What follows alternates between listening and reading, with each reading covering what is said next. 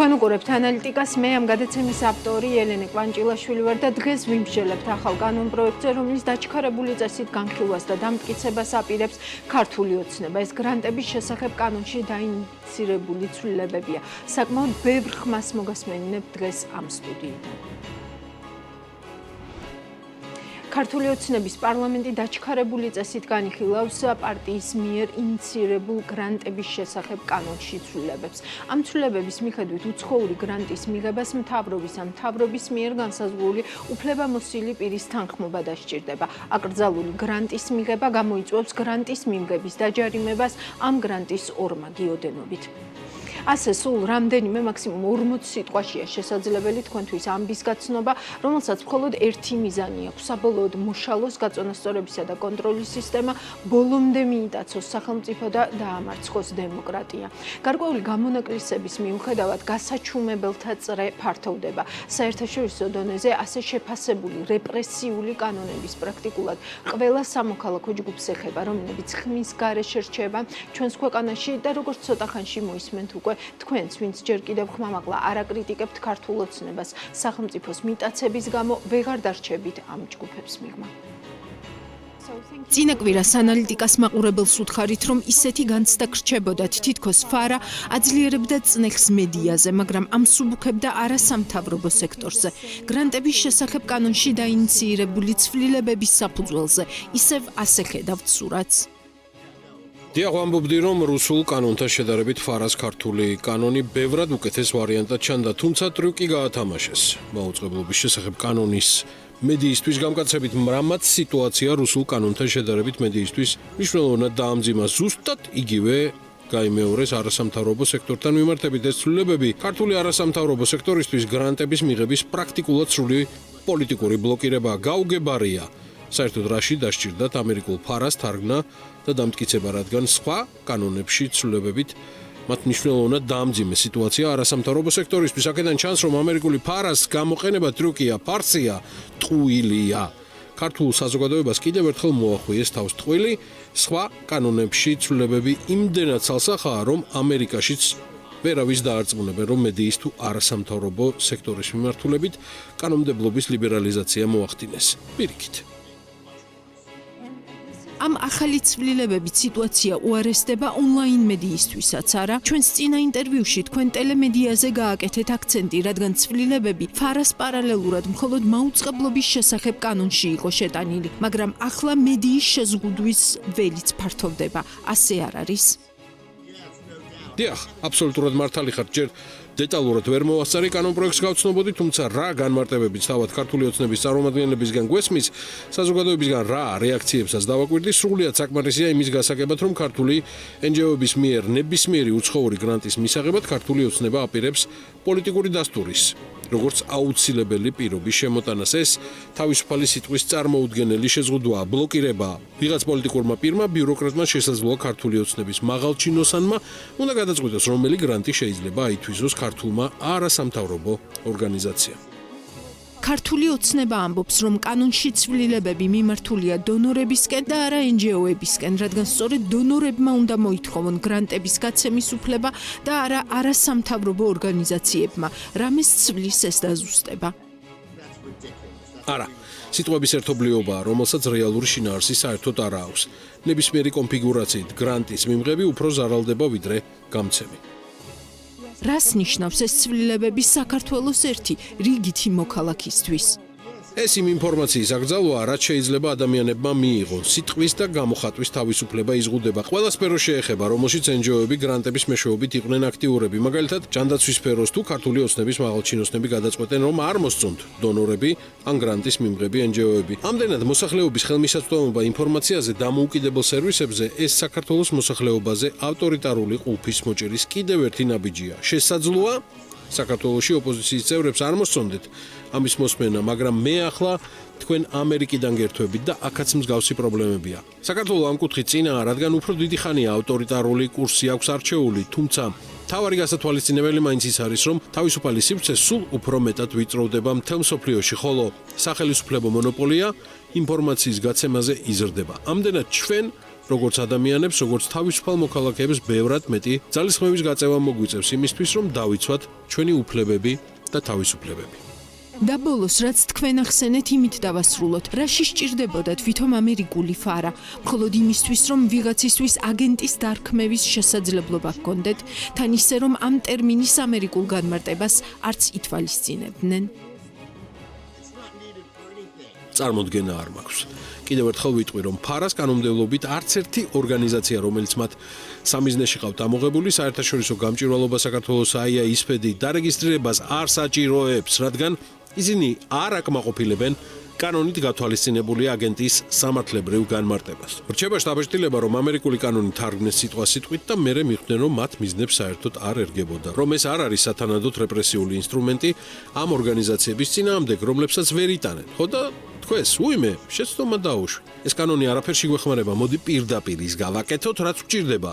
მოვახჩოთ დაფინანსება და ეს ორგანიზაციები სხვა კანონებში ცვლილებების შეტანით, რაც შეიძლება მეტად შევზღუდოთ.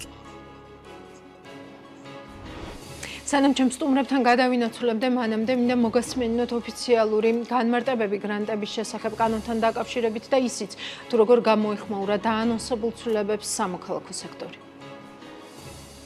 გრანტების მეშვეობით, გრანტების და NGO-ების მეშვეობით საქართველოში საბჭოთა მეთოდებით ცდილობენ სიძულვილის დათესვას. ეს კანონი შესაბამისად უპირისპირდება არა გრანტს როგორც ასეთს, არამედ უპირისპირდება სიძულვილს. შესაბამისად საქართველოს მთავრობა გადაამოწმებს ყველა გრანტის მიზნობრიობას და ამის მიხედვით გასცემს თანხმობას გრანტთან დაკავშირებით. ჩვენ ვერავის მივცემთ იმის საშუალებას, რომ გრანტების მეშვეობით, NGO-ების მეშვეობით საქართველოში ხელოვნურად დათესონ სიძულვილი და ხელოვნურად გახლიჩონ საზოგადოება. ეს კანონი არის ძალიან მნიშვნელოვანი წინ გადადგმული ნაბიჯი იმისათვის, რომ ჩვენ წინ აღუდგეთ სიძულვილის ხელოვნურად დათესვას ჩვენ საზოგადოებაში. ეს რეგულაცია მინდა გითხრათ ემსახურება თვითონ გრანტის ნათელი მხარის პრინციპების დაცვას. ამის ქვეშ რაც უნდა მოიაზრებოდეს, სწორედაც ამას გულისხმობს. არავის არ ეკრძალება წმინდად საგრანტო ან გრანტის გაცემა ან გრანტის მიღება. აქ საუბარია იმაზე, რომ არ იყოს შეღალული, რომ იყოს გრანტი დარქმეული და ემსახურებოდეს უცხო მიზნებს. როდესაც კონკრეტული დონორი ორგანიზაცია მიმართავს მთავრობას ამა თუ იმ გრანტის გაცემასთან დაკავშირებით, თუ მთავრობას დაარწმუნებს იმაში, რომ ეს საქმე წაადგება ჩვენი ქვეყნისთვის, ჩვენი მოსახლეობისთვის იქნება კარგი, რა თქმა უნდა, ამას მოყვება მთავრობის მხრიდან ვიზირება. ხოლო თუ ამაში ვერ დაარწმუნებს მთავრობას და იქ ჩვენ დავინახავთ ისე იმის ნიშნებს, რომ ეს ფული უნდა მოხმარდეს ლომჯარიას, გიგაურს, ქალბატონ პატარაიას და ასე შემდეგ, იმისთვის რომ კიდე მორიგი რევოლუციური სცენარი მოაწყონ, რა თქმა უნდა, ამაზე ვიზირება არ იქნება და თუ მაინც გაცემს დონორი ორგანიზაცია ქალბატონ ლომჯარიაზე ამ თანხას, ქალბატონი ლომჯარია შემდეგ დაჯარიმდება ამ თანხის ორმაგი ოდენობით. ჩვენთვის არასასურველ ორგანიზაციებს, კოლექტიურ გიგაურებს და კოლექტიურ ლომჯარიებს, რომლებიც მხოლოდ დაკავებულები არიან ძირის გამომთხრელი სამუშაოებით ჩვენ ქვეყანაში და რევოლუციის მოწყობის სცენარებით, კი ბატონო, ისინი რა თქმა უნდა არასასურველები არიან და ესეთ ორგანიზაციებს არ უნდა მიეცეთ საშუალება იმისა, რომ დააფინანსონ რევოლუციები ჩვენ ქვეყანაში. ყველაზე საშიში მათთვის არის სოლიდარობა ადამიანებს შორის, ჯგუფებს შორის და ასევე საშიში არის ის, რომ ადამიანებმა, მოქალაქეებმა მიიღონ ალტერნატიული ინფორმაცია იმასთან დაკავშირებით, თუ რა ხდება ჩვენს ქვეყანაში, ხო?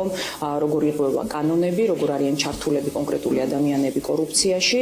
დღეს უკვე ივანიშვილმა უნდა გადაწყვიტოს რა წიგნი გადაითარგმნოს, ბავშვებს დაეხმაროს თუ არა ვინმე, ქალებს დაეხმაროს ვინმე თუ არა, რა თქვას, როგორ თქვას, გაავრცელოს თუ არა ინფორმაცია კორუფციასთან დაკავშირებით. რაჟდენ კუპრაშვილი იქნება თუ სხვა იქნება, მაგას სხვა არ აქვს არსებითი მნიშვნელობა, ეს უწყება აქვთ და მოკლედ ყველა დამატებით ფუნქციებს აძლევენ, მას ალბათ უფრო პიროვნებაზე არის დამოკიდებული, ყველაფერზე წამსვლელი თუ არის ადამიანი, მას ავალებენ აი ესეთ მოქმედებებს. კომბინაცია იმ აკრძალვების, რაც საქართველოში მოქმედებს დამოუკიდებელ მედიასთან და სამოქალაქო საზოგადოებასთან მიმართებით, ალბათ ერთდროულად ყველა ერთად არც ერთ ქვეყანაში არ მოქმედებს საქართველოს კარტა.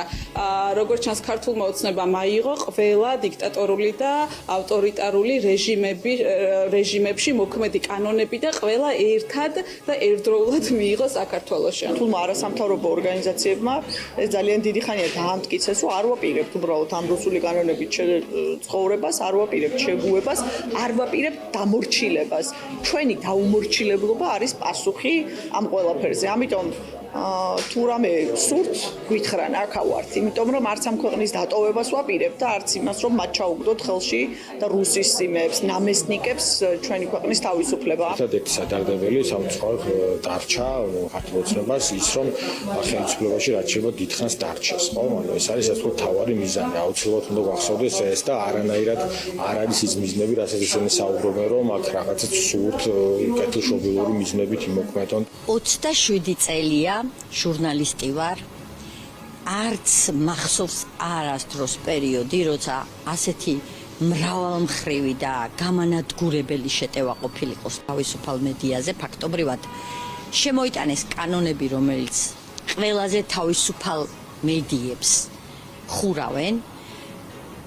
მე მინდა მოსახლეობას უთხრა, რომ თუ არ იქნება ჩვენი ხმა, არ იქნება მათი სიმართლე და თუ არ იქნება მათი სიმართლე, არ იქნება თავისუფლება და თუ არ იქნება თავისუფლება, არ გვეყვარება ჩვენი ქვეყანა ისე როგორც გვიყვარს, იმიტომ რომ იქნება სულის შემხუთველი გარემო. ჩემზე კარგათაც ესმის ბევრ მათგანს, რაში მდგომარეობს მედიის დახურვა. მე მგონი კიდევ ერთხელ კარგად უნდა დაფიქრდეთ, ვინც პარტიასა და ქვეყანას შორის ტოლობის ნიშანს სვამთ.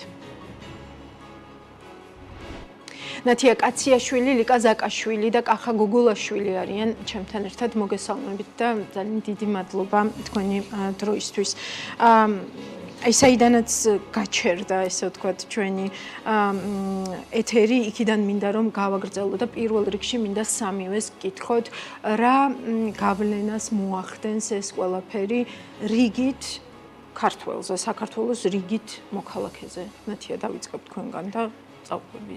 მოგესალმებით, მივესალმები მაყურებელს. პირველ რიგში, რასაც მინდა ხაზი გავუსვა, ვინ შეიძლება იყოს გრანტის მიმღები, ხო? ეს არ არის მხოლოდ არასამთავრობო ორგანიზაცია, ვისაც ეს ცვლილება ეხება. გრანტის მიმღები შესაძლებელია იყოს საქართველოს მოქალაქე, მაგალითად რიგითი ფერმერი, გრანტის მიმღები შესაძლებელია იყოს აკრედიტებული უმაღლესი საგანმანათლებლო დაწესებულება, მაგალითად უნივერსიტეტი. არც ერთი ეს მათგანი, ისე როგორც სპორტული ფედერაციები, არ არიან გამონაკლისებში, ანუ რეალურად ამ კანონით შესაბამისი რეგულაცია შეეხება როგორც საგანმანათლებლო დაწესებულებებს, შეეხება რიგით ადამიანებს, საქართველოს მოქალაქეებს, რომლებიც შეიძლება სარგებლობდნენ ამ თუ იმ საგრანტო შესაძლებლობით. ამასთანავე ძალიან საყურადღებო და აბსურდულია ჩემთვის თვითონ მექანიზმი, რომელიც ჩადებულია აი ამ ცვლილებაში. ერთია რომ ვალდებულება კონკრეტული მოთხოვნის თანხმობის მოპოვების არის დონორის მხარეს, თუმცა დაუშვათ დონორის მისი თანამშრომლის მხრიდან სათანადოდ ამ ვალდებულების შეუსრულებლობის შემთხვევაში პასუხისმგებლობა ეკისრება გრანტის მიმღებს. ანუ მაგალითად ფერმერი, რომელიც შესაძლებელი არ ვიცი კონდეს მეფუტკრეობა და ცდილობდეს დაანერგოს შესაბამისი სურსათის უსაფრთხოების სტანდარტი იმისათვის რომ ჩვენ საბოლოო ჯამში მივიღოთ ჯანმრთელობისთვის უსაფრთხო თაფლი ან გაიტანოს ეს თაფლი ექსპორტზე, რომელსაც შესაძლებელი არ კონდეს შესაბამისი უნარები ბიზნეს გეგმების მოსამზადებლად ან რაიმე სამართლებრივ დოკუმენტაციაში გასარკვევად და ამისთვის მიიღოს საგრანტო დაფინანსება, რომ ბიზნეს საკონსულტაციო სერვისი მიიღოს გრანტით, მაგალითად ვიღაცამ ბიზნეს გეგმა დაუწეროს ამ სერვისის ასე ვთქვათ დანერგვაში, უსაფრთხოების სტანდარტების დანერგვაში ამ ფერმერს მიეხმაროს, ამ ფერმერს დამატებით მოუწევს შევიდეს აი ამ ახალი რეგულაციის გარკვეული აღსრულების ხარისხში და შეამოწმოს დონორმა შეასრულა თუ არა ვალდებულება შესაბამისად, რომ მერე ფერმერს არ დაეკისროს ფაქტობრივად ორმაგი ჯარიმის ოდენობა იმ მიღებული საგრანტო მომსახურებისთვის, რომელიც ფაქტობრივად რიგით მოქალაქეებსაც გარკვეულ შიშის ჩემი აზრით, ისე როგორც სხვა პირებს, ვისაც ეს რეგულაცია შეიძლება შეეხოს, გრანტების მიმართ, დონორების მიმართ ამ გარკვეულ ფრთხილ დამოკიდებულებას და შიშის გრძნობას ჩემი აზრით ჩამოუყალიბებს. ანუ რიგით ადამიანებსაც იმის შიშით რომ დაუშვათ დონორმა, რომელიც რეალურად ხდება გარკვეული ქმედების აღსრულებაზე პასუხისგებელი ამ ახალი ცვლილებით, ამისთვის პასუხისგებლობა უნდა დაეკისროს გრანტის მიმღებს და თან ეს არის საკმაოდ დიდი მოცულობა. ბატონო კახა, გავაგრძელოთ ეს ხაზი, რას შეიძლება ვერ ხედავდეს დღეს, რა რისკებს შეიძლება ვერ იაზრებდეს დღეს საქართველოს რიგითი მოქალაქე და რა დადგება მის წინაშე. მინდა რომ ამის შესახებ აქედანაც გავაფრთხილოთ. კი ბატონო, შეიძლება უბრალოდ ანალოგიებს მიმართოთ. ზუსტად ესეთივე კანონი უკვე არსებობდა აზერბაიჯანში, დიდი ხანია უკვე იქ არის, ყაზახეთში, შუა აზიის სხვა ქვეყნებში და რა შედეგი მივიღეთ? შედეგი მივიღეთ ის, რომ დათრგუნულია აბსოლუტურად სამოქალაქო საზოგადოება, არის დაშინებული, შემცირებული, ძალიან დიდი ნაწილი გასულია ქვეყნიდან. საერთოდ არ ჩანან დიდი ნაწილი, ანუ რას აკეთებენ, საერთოდ შეიძლება ძალიან ცოტა რამეს აკეთებენ უკვე. თავად დონორებიც, რა თქმა უნდა, შეამცირეს თავიანთი საქმიანობა მნიშვნელოვნად და ეს ყველაფერი, რა თქმა უნდა, კლავს პრაქტიკულად იმ სფეროებს, სადაც სამოქალაქო საზოგადოება იყო აქტიური და სადაც ის ავსებდა ყველა იმ რაღაც გეპებს, რაღაც ესე ვთქვათ, არასაკმარის ვთქვათ რესურსებს ან აქტივობებს, რომლებსაც სახელმწიფო ვერ წუდებოდა, ვთქვათ, სახელმწიფო მაგალითად ეს შეიძლება იყოს როგორც აქ ითქვა უკვე სოფლის მეურნეობის დარგში, შეიძლება იყოს ვთქვათ მცირე საწარმოების ვთქვათ დატრენინგება, მათი დახმარება და ასე შემდეგ. მეორე ეს რომ ეს იმ ქვეყნებში რომელზეც მე ვლაპარაკობ, ადგილი აქვს კორუფციას. ანუ ადგილი აქვს ამითი манипуლირებას და არასამთავრობო ორგანიზაციების ჩაყენებას, თქვათ, რაღაც ისეთ რთულ მდგომარეობაში. მაგალითად, ნებისმიერი როგორც ლიცენზიების გაცემაზე არადემოკრატიულ სახელმწიფოებში არსებობს, თქვათ, მიცით კორუფცია და არსებობს რაღაც ბოროტად გამოყენება ბიუროკრატიის მხრიდან, აქაც იძლევა საშუალებას, რომ ბიუროკრატიამ ძალიან ბოროტად გამოიყენოს ეს. მესამე არის პოლიტიკური ზეწოლის, ესე ვთქვათ, ბერკეტი მექანიზმი, ანუ თქვენ გაიძულებენ აბსოლუტურად შეიძლება პოლიტიკასთან ძალიან შორს დგომ ადამიანს, რომ პოლიტიკაში მიიღოთ მონაწილეობა, ესე ვთქვათ, რა თვალსაზრისით მიიღოთ მონაწილეობა. ანუ ხშირ შემთხვევაში თუ თქვენ გაძლევენ უფლებას, რომ გრანტი აიღოთ, შეიძლება ამას მოყვებოდეს პირობები გარკვეული, რომ ამ გრანტის ფარგლებში თქვენ გააკეთოთ ისეთი საქმე, ან ისეთი განცხადებები, ან ისეთი მასალები გააქვეყნოთ, ან ისეთი პოზიცია გქონდეთ, რომელიც მისაღებია ხელისუფლებისთვის, ან ეხმარება ხელისუფლებას თავის ძალაუფლებების გამყარებაში. ეს ყველაფერი შეეხება ყველას, ვისაც კი რაღაც ესე ვთქვათ, ქონდა ადრე შესაძლებლობა, ან აქვს რაღაც იმედები, რაღაც გაკეთების. და სხვათა შორის საერთაშორისო დახმარება და ეს გრანტები ეს ხო არ არის მარტო გათვლილი, ვთქვათ, იგივე watchdog-ებზე და სხვადასხვა სახის ორგანიზაციებზე, რომლებიც დემოკრატიის განვითარებაში ეხმარებიან ქვეყანას. თუმცა დემოკრატიის განვითარებაში თუ არ არის მესამე აქტორი, მოდით აქედან დავიწყოთ watchdog-ებზე, როცა არის ლაპარაკი და აქ ნახეთ გამომსვლელი, ესე ვთქვათ, ესეთი სახის ორგანიზაციების წარმომადგენლები, თუ ისინი არ არსებობენ ქვეყანაში, ეს ნიშნავს იმას, რომ მთავრობას აქვს მონოპოლია პრაქტიკულად ნებისმიერი ნაბიჯის გადადგმის უკონტროლოდ შესაძლებლობა. ანუ ქვეყანა ვერ ვითარდება. ანუ რეალურად ვთქვათ, ის გამონაკლისებიც, რომლებიც შეიძლება მითითებული იყოს და არის ასეთი გამონაკლისები ნამდვილად ამ ცვლილებების მიხედვითაც, ეს გამონაკლისებიც რეალურად აზრს კარგავს, ხომ? იმიტომ რომ ესეც შერჩევითი იქნება, იმიტომ რომ უნდა დაუქვემდებარდეს ზუსტად აი ამ პოლიტიკას. კი, აბსოლუტურად. ნუ პირველ რიგში ხო ხა გამოსვლებიდანაც ჩანს, რომ აქ არის საუბარი იმაზე, რომ მათ ექნებათ სრული კარტ-ბლანში იმისთვის, რომ მისცენ გრანტი იმას, ვისაც ენდობიან, ვინც არასასურველ პირებს, ესე იგი უბრალოდ ეძლევათ, ეს აბსოლუტური ანტიკონსტიტუციურია ეს ყველაფერი, ეს არ არის უბრალოდ რაღაც კანონი, რომელიც არ არის სამართლიანი. ეს არის ანტიკონსტიტუციური, ანუ ეს არის პრაქტიკულად საკონსტიტუციო გადატრიალების რაღაც ნაწილი.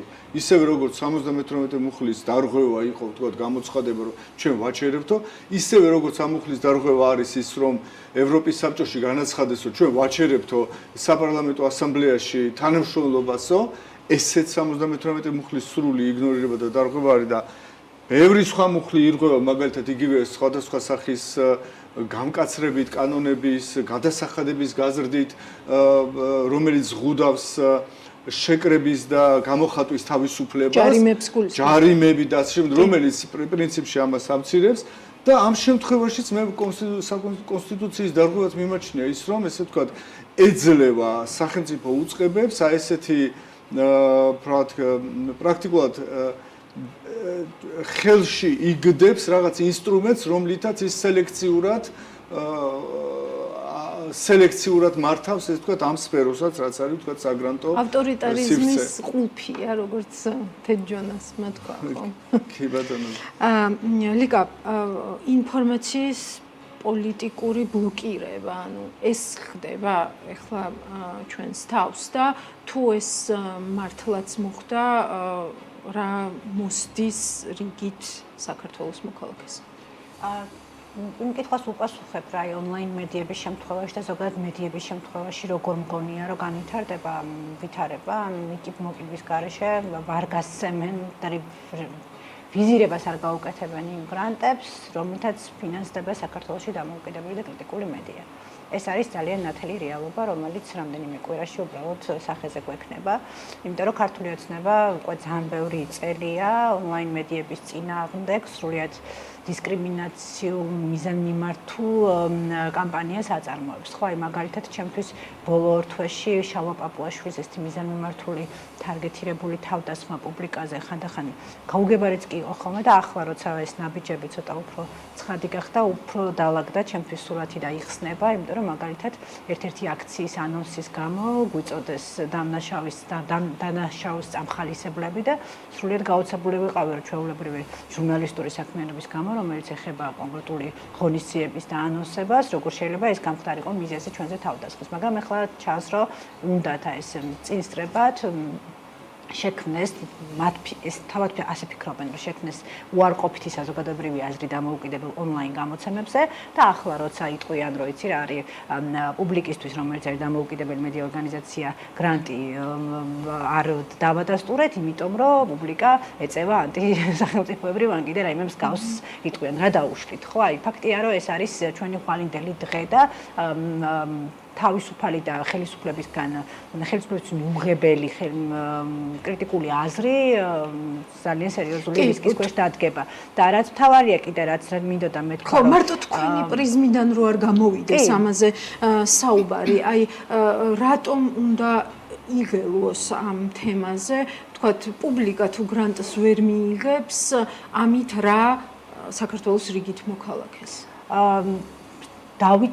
და შეცოტავდება და უფრო ნაკლები და ნაკლები პლატფორმა იქნება საქართველოში ისეთი, საიდანაც ისმის განსხვავებული აზრი, კრიტიკული აზრი, ადამიანების რეალური საჭიროებები, რომელიც აშუქებს ისეთ მნიშვნელოვან საკითხებს, როგორც არის რა ხდება სასამართლოში, არ ვიცი. ისედაც ყოველდღე ისე გვაუწყობენ სასამართლოში, რომ არ გადავიღოთ, არ ვაჩვენოთ ის, რაც რისი სამიზნებიც არიან, ხო, ეგრეთ წოდებული ბრალდებულები, როგორც იქცევა სასამართლო, როგორც იქცევა ბრალდების მხარე, როგორი არგუმენტები აქვთ, რამდენად აბსურდულია ეს პროცესები, ამ ყველაფრის გაშუქება და გადმოცემა უბრალოდ შეუძლებელი გახდება, იმიტომ რომ დამოუკიდებელი მედიები ბევრი წელი, ერნესტ თქვენ ძალიან კარგად იცით, მონაწილეობდით საერთაშორისო კონკურსებში, რომელიც იყო მედიის საქმიანობის მხარდასაჭერი კონკურსები, ეს ხშირად იყო რეგიონული, ძალიან მასშტაბური, საკმაოდ კონკურენტული კონკურსები და ჩვენ არასოდეს ჩვენი ავტონომიის მიღმა, არანაირი გრანტი, არანაირი დავალება არ მიგვიღია, ყოველთვის ამ საგრანტო განცხადებებს წერდით, ჩვენ თვითონ მონაწილეობდით კონკურსებში, ხშირ შემთხვევაში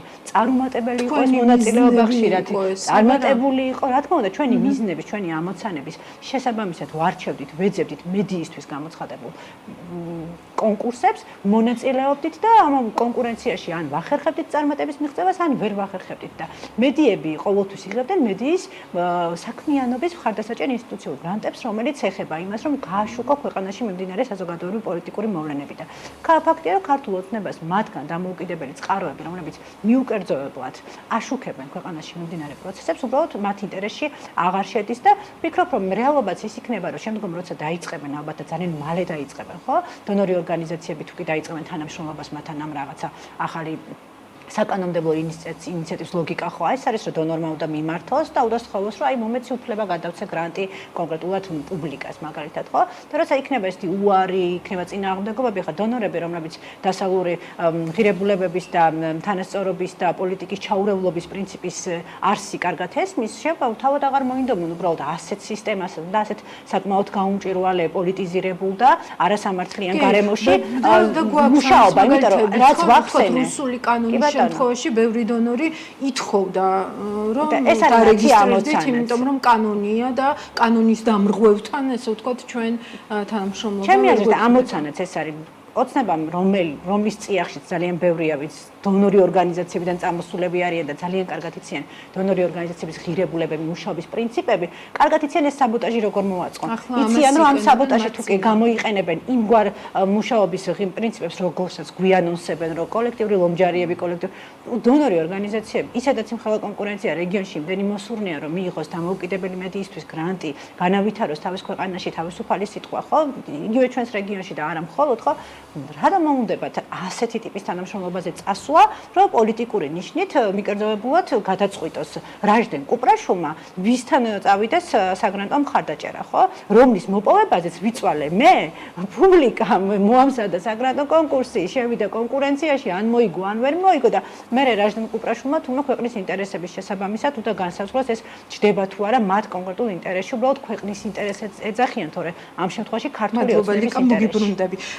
ნათია, მოდი ისიც ვთქვათ, თვითონ პროცესი როგორი არის აი ამ გრანტის გაცემის და დონორებს რა ტიპის გამჭვირვალობის სტანდარტი მოეთხოვებათ, ესე ვთქვათ, ამ გრანტების გაცემასთან დაკავშირებით. სულ რომ ვთქვათ, არ ვიცი, სამთავრობო უწყებაზე ან საჯარო უწყებაზე გაცემული არ იყოს ეს გრანტი, ვთქვათ, სახელმწიფოს რამდენად აქვს სრულიად დეტალური ინფორმაცია იმასთან დაკავშირებით, თუ ვინ როგორ რა ფორმით და რისთვის ფინანსდება. დიდი გამოცდილება გაქვს ამ მიმართულებით და კიდევ ერთხელ გაგვიზიარეთ. კი, ის გრანტების შესახებ კანონი, რომელიც აქამდე იყო მოქმედი, ადგენს ისედაც ამ საგრანტო ხელშეკრულებით ურთიერთობის პრინციპებს, ხო? და ამ კანონით დადგენილია საგრანტო ხელშეკრულების მონაწილე მხარეები, ანუ დონორი და გრანტის მიმღები, თვითონ ხელშეკრულების შინაარსი, რას უნდა შეიცავდეს და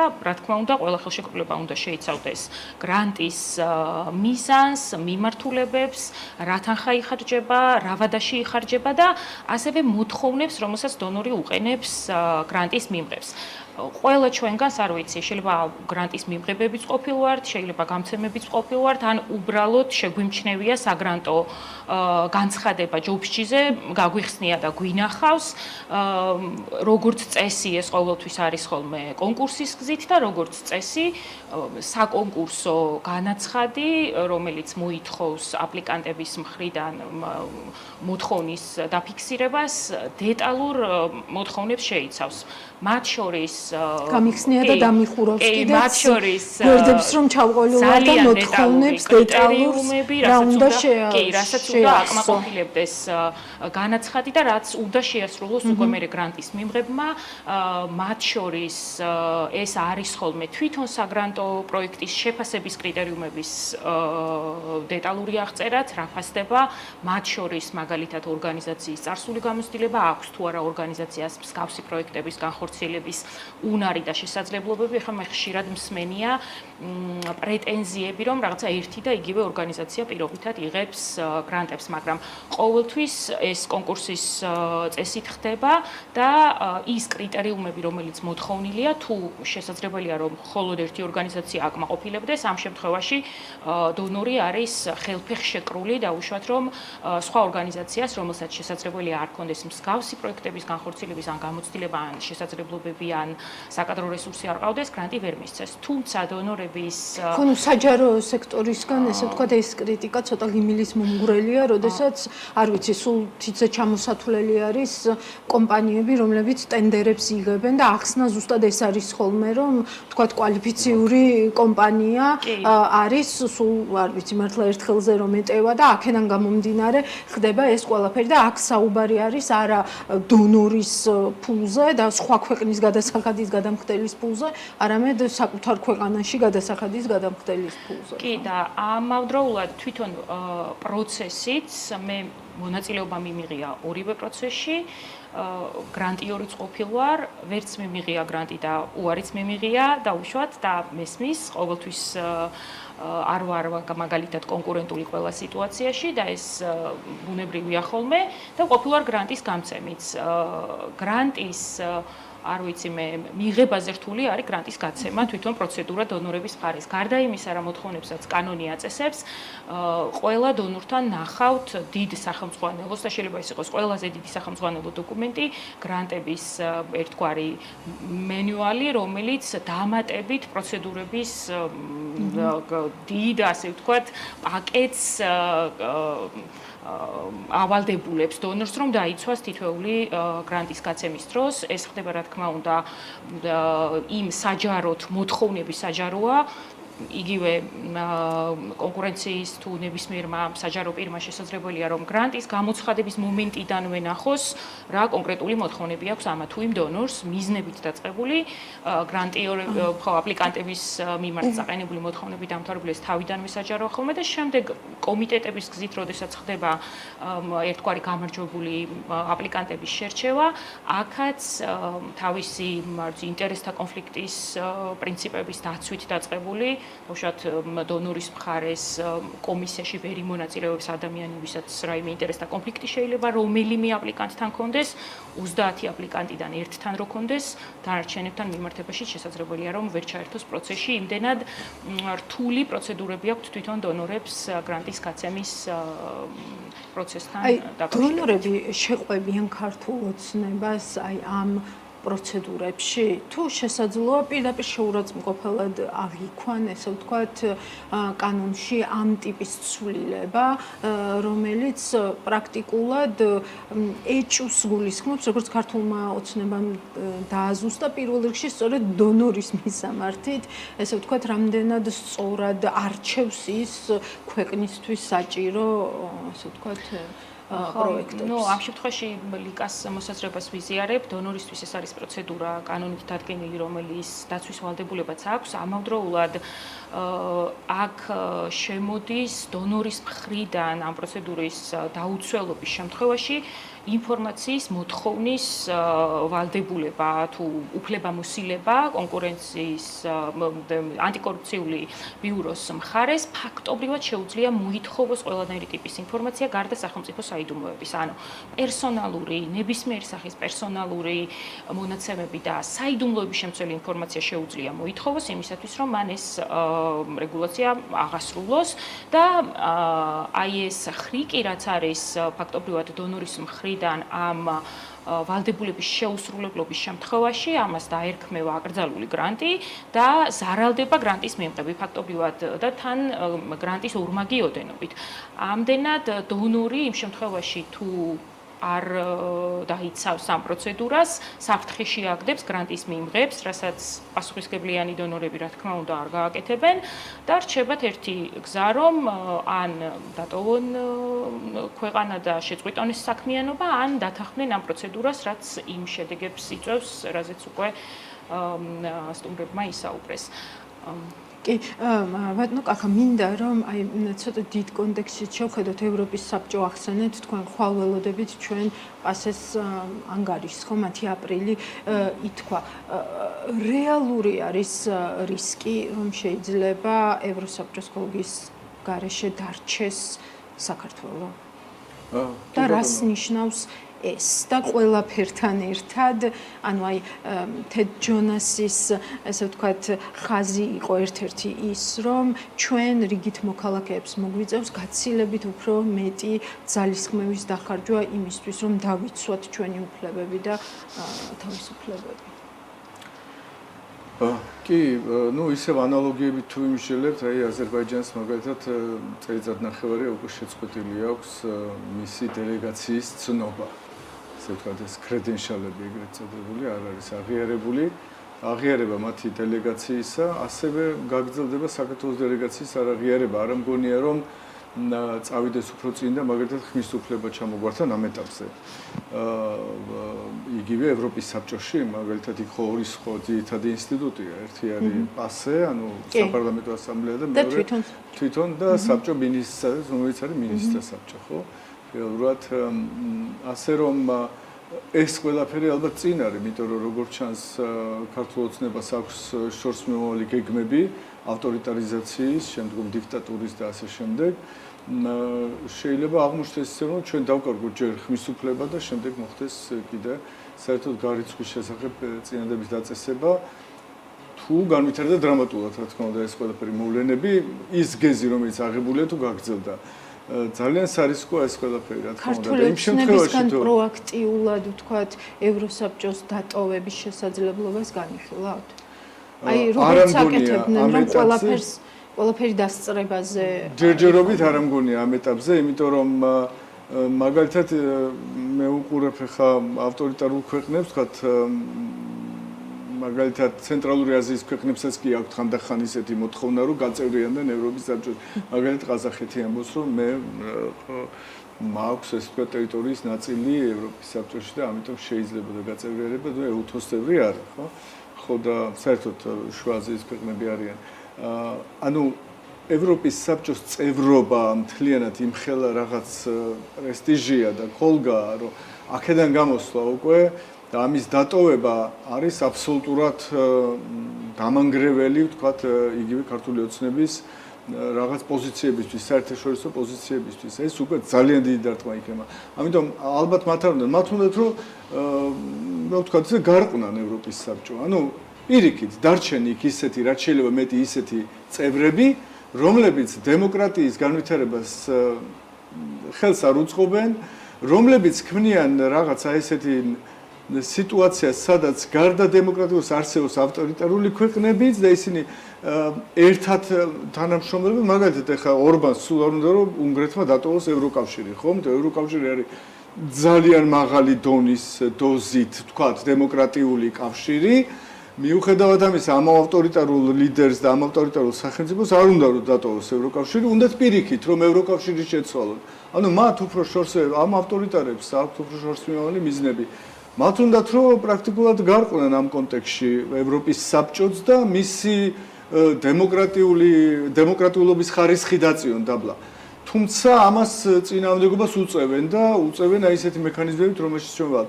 ანუ მე მგონია რომ ამ ეტაპზე რა თქმა უნდა შესაძლებელია რომ აუცილებლად მოხდება შეჩერება, ანუ ჩვენ დელეგაცია ჩვენსაც არ ცნობს, სანამ არ ჩატარდება ახალი არჩევნები, რა პირობაც არსებობდა და ახალი დელეგაცია არ წარადგენს თავის ამ ვთქვათ მოთხოვნას მის აღიარებაზე, ის არ იქნება აღიარებული. მე მინდა აქ ხაზი გაუსვა იმას, რომ ევროსაბჭოს წევრობა მოსახლეობისთვის რას ნიშნავს. 100-მდე კონვენცია, რომელსაც ჩვენ შეერთებული ვართ, პრაქტიკულად ის იძლევა ჩარჩოს, რომელშიდაც ჩვენ ვალდებული ხარ, რომ დემოკრატიის ხარისხი აწიო და ამ ჩარჩოს ესე ვთქვათ გაუთანასწორო, ან შესაბამისობაში მოიყვანო და ევროპის საბჭოს წევრობა თავისთავად უკვე ნიშნავს იმას, რომ შენ ხარ აი ესეთ მდგომარეობაში, როდესაც ნებისმიერი ტიპის მთავრობა, რომელიც არ უნდა იყოს ქვეყანაში, დგება რაღაც აი ამ სიტუაციაში დაძაბულია, მაშინ თუ ის არ ასრულებს ამ ვალდებულებებს, შეიძლება არ შეასრულოს ვალდებულებები, მაგრამ ის ყოველთვის კრიტიკის ელემენტია. თუ თქვათ, ეს ხელისუფლება დღევანდელი de facto ხელისუფლება ცდილობს, რომ კრიტიკა შეამციროს ქვეყანაში, ქვეყნის გარეთ ეს კრიტიკა მაინც ხდება და ეს წნეხი მაინც არსებობს. მაინც სააშკაროზე გამოდის, თანაც დღევანდელ ეს ვთქვათ ეს ღია ინფორმაციულ საზოგადოებაში, ხო? ამიტომ იმის დატოვების შეიძლება სურვილი კი ქონდეთ, მაგრამ იმის დატოვება კიდევ უფრო მეტ ზიანს მიაყენებს. ამიტომ ამას არ მოახდენენ. საბოლოო ჯამში მოსახლეობისთვის, რიგითი მოქალაქისთვის როგორც მინიმუმ ერთი მაგალითი მაინც არის, რომ არსებობს როცა ევროპის საბჭოს წევრია ქვეყანა, ბოლო ინსტანცია ნებისმიერ ადამიანის უფლებების დარღვევას თუ ეხება, რა თქმა უნდა, საკითხი არის არაშენი უზენაესი სასამართლო, რომლის შეიძლება გახრწნა და რომლის შეიძლება აბსოლუტურად ესე ვთქვათ დამორჩილება და მთლიანად გადაქცევა ჯიბეში ჩადება, ესე ვთქვათ რაღაც ტერმინი რო ვიხმაროთ უფრო ვულგარული, შეიძლება თავისუფლად, როდესაც ქვეყანას მართავს ავტორიტარული მმართველი, მაგრამ ვერაფერს ვერ უზამ იმას, რომ ბოლო ინსტანცია არის ევროპის საბჭოს სასამართლო და იქ წავა საქმე და იქ მოიგებს ადამიანი, იქ იპოვნის სამართალს. ჯერჯერობით ეს არსებობს. თუ ესეც ჩაიკეტა ჩვენ დავტოვეთ ევროპის საბჭო, მაშინ სამართალს ვერ იპოვნის ადამიანი ვერსად. ლიკა, რა ენაზე უნდა ვესაუბროთ მათ შორის ქართული ოცნების მხარდამჭერებს იმისთვის, რომ მათაც შეძლონ აი ამ რისკების გაცნობიერება? რა ვიცი, მე ხარ მედიის წარმომადგენელი ვარ და გარკვეულწილად შემიძლია წარმოვიდგინო რა სეგმენტია ინფორმაციულად როგორ არიან ინფორმირებულები ქართული ოცნების მხარდამჭერები, უბრალოდ ბოდიში დაღლილი ვარ თელეგრამის და ამიტომ ცოტა აზრების თავმოყრა მიჭირს, მაგრამ გულისხმობ იმას, რომ არის გარკვეული კატეგორია, რომელიც ყველაფერს ძალიან კარგად ხვდება, უბრალოდ ჩანს, რომ ესეთი პირადი ინტერესის გამო თავს აფარებენ აი ამ ნარატივებს, რომელსაც ქართული ოცნებას თავაზობთ და ცდილობენ, რომ წარმოაჩინონ ისეთ თქოს ჯერათ ამას. მაგრამ რა თქმა უნდა, არის გარკვეული კატეგორია ჩვენი მოსახლეობის, რომელიც მოწყვლადია ამ დეზინფორმაციის მიმართ, რომელსაც იცმენენ პროპაგანდისტული არხები. აბა ომიგინდა, ომიგინდა, აგენტები, ხალხის მტრები, არასასრული ორგანიზაციები. სხვათა შორის უნდა აღინიშნოს, ეს არასასრული ორგანიზაციები არ მგონია წამოწდენა, შეიძლება განვითარება ამ პროცესის იყოს შემდეგი ესეც, რომ არასასრული ორგანიზაციების სია გააკეთონ, რომელსაც უბრალოდ აღარც კი განიხილონ, რომ ამ ორგანიზაციებმა შეძლონ საქართველოში მუშაობა, ხო? რუსეთში მოხდა ესე, არ ვიცი აზერბაიჯანის პრაქტიკა, მაგრამ რუსეთში ნამდვილად ეს ასეა. და რაც შეეხება როგორ ხო მედია და ინფორმაციის გავრცელების მრავალფეროვანი არხებია შესაძლებლობა, რომ მისწვდე იმ ადამიანებს, ვინც მხოლოდ პროპაგანდისტულ არხებს უყურებენ და ის შემთხვევაში თუ კი ეს არხები ისედაც უკვე საკმაოდ დასუსტებული სამწუხაროდ, ხო, არსებობს 6 არხი, რომელიც არის პროსახელისუფლებო და პროქართული ოცნების ნარატივებს ავრცელებენ 24 საათიან რეჟიმში და აქეთ არსებობს საკმაოდ მონდომებული გულისხმი ისეთი რა ქვია მტკიცე, მაგრამ ნაკლები რაოდენობის არხები, რომელიც ხელისუფლებისგან თავისუფალ საინფორმაციო პოლიტიკას აწარმოებენ. ასევე სოციალურ ქსელებში და მედიაშიც არ არის ეს რაოდენობა დიდი და ესეც თუ კიდევ უფრო შემცირდა რეალურად მცირდება ქვეყნისთვის შესაძლებლობა, რომ დეზინფორმაციას ვებრძოლოთ, ეს დეზინფორმაცია და ეს აღურახსნილი პროპაგანდა იქნება უფრო მასშტაბური და მოედება ყველაფერს და ნაკლები ირჩება შანსი, რომ ამ ადამიანებს, რომლებიც დღეს იჯერებენ ამ გარკვეულ ტყუილებს და მითებს, შეეცადო რომ აუხსნა, რომ ეს არის რაღაცნაირად მართალი არ არის და ეხლა ამ ეტაპზე რომ საუბრის გადაკვეთის წერტილები არის სხვადასხვა სოციალური ქსელების სხვათა შორის ამ კუთხით საკმაოდ ისეთია მოქნილია და ჩვენც აუდიტორიას რო ვაკვირდებით, ხო, ნამდვილად არ არის მხოლოდ აი ანტი რომელიც ამ ქართული ოცნების პოლიტიკის მიმართ საწინააღმდეგოდ არის განწყობილი. შემოდიან ოცნების მხარდამჭერებიც, ტოვებენ კომენტარებს, ცდილობენ რაღაცა დისკუსიაში შესვლას და ჩანს, რომ ეს განსხვავებული ინფორმაციის მიღების მოსურნეები მაინც არიან და არ ცხოვრობენ ეს რაღაცა ჩაკეტილ რეალობაში და მე სულ ამას ვამბობ ხოლმე, რომ ხანდახან არ ვიცი ავტორიტარიზმის დამყარებისთვის ის რომ პატარა ქვეყანა ვართ, კარგია თუ ცუდია, მაგრამ ალბათ კარგიც არის და რაღაცა დადებითიც აქვს და დადებითი ალბათ ის არის, რომ იგივე რუსთაველის პროტესტი, რომელიც შეიძლება ხან მცირეა, ხან დიდია, ხან საკმაოდ მცირეა, მაინც ახერხებს იმას, რომ აღწევს საქართველოში ოჯახებამდე და რაიონებში საქმნის და ეს მე სულ ჩემთვის საინტერესოა ხოლმე, რომ როცა ვახერხებ სამსახურის დღის წესრიგიდან გასვლას ან არასამსახურებო მიზნებით რაიონში გასვლას, ხედავ, რომ ის მოსახლეც, რომელიც შეიძლება იმედს უყურებდეს სულ კვირაში ერთხელ ვიღაც ჩადის იმ სოფელში, ვინც აუცილებლად მიიტანს და ეს რომ პატარა ქვეყანა ვართ, ამ კუთხით ინფორმაციის მოძრაობა მაინც უფრო სწრაფად ხდება და ესეთი სრული იზოლირება, რომ აი რასაც თავაზობს პროპაგანდა ის მიიღონ, არ არის ხოლმე და უფრო ჩანს დაინტერესება, უფრო ჩანს შიში, რომ ეს ხელისუფლება თუ შეიძლება ხომ არ დავკარგავ მე იმას, რასაც ვიღებ და მგონია რომ ამ ხელისუფლების გამო ვიღებ და ნაკლებია იმის გაცნობიერება, რომ შენ რომ სოციალური დახმარების მიმღები ხარ, ეს ვიღაცის კეთილი ნება კი არ არის, ეს სახელმწიფოს ვალდებულება, რომ ეს გააკეთოს, ხო?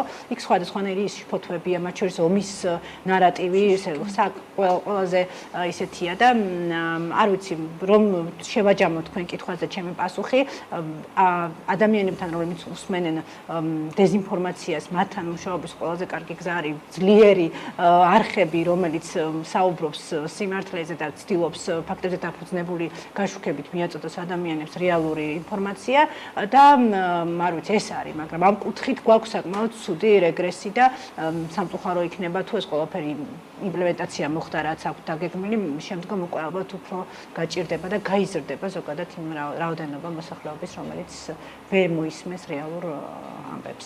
მადლობა ლიკა. ბატონო კახა, მე მინდა რომ მოსახლეობიდან ესე ვთქვათ, რაზეც ბუნებრივად ლიკამ აქცენტი გააკეთა, ჩვენ აქცენტი გავაკეთოთ ამ შემთხვევაში ქართული ოცნების ესე ვთქვათ საყრდენებზე და ვიცით რომ ამ საყრდენებში ვთქვათ ბიზნესის ნაწილი იქნება ეს თუ სხვადასხვა ტიპის მხარდამჭერები არიან ისეთებიც, ვისაც არ სურს ღიად დასავლეთთან ესე ვთქვათ კონფრონტაცია, მისთვის არ არის კომფორტული ეს მდგომარეობა. ჩვენ გვახსოვს რომ წყალგამყოფი იყო 20 იანვარი და ამბობდნენ რომ აი 20 იანვრის შემდეგ ვთქვათ ამერიკასთან ყველაფერი დაალაგდება. აი რა ტიპის ნიშნულია ახლა, როცა 20 იანვარიც გავიდა, ტრამპის ინაუგურაციამაც ქართული ოცნების გარეშე ჩაიარა, არც ერთ საერთაშორისო მოლაპარაკების მაგიდასთან საქართველოს არ ჩანს არც ერთ კონტექსტში დასავლეთთან ევროპის საბჭოზე უკვე და პერსპექტივებზე უკვე ვისაუბრეთ. რას ეჭიდებიან დღეს აი ეს საყრდენები? პრაქტიკულად ვერაფერს ვეღარ ეჭიდებიან, იმიტომ რომ დაიწყო რაღაც ახალი ნარატივი გავრცელდა, ახალი რაღაც დისკურსი იმასთან დაკავშირებით, თურმე ტრამპი აგებს ომს deep state-თან.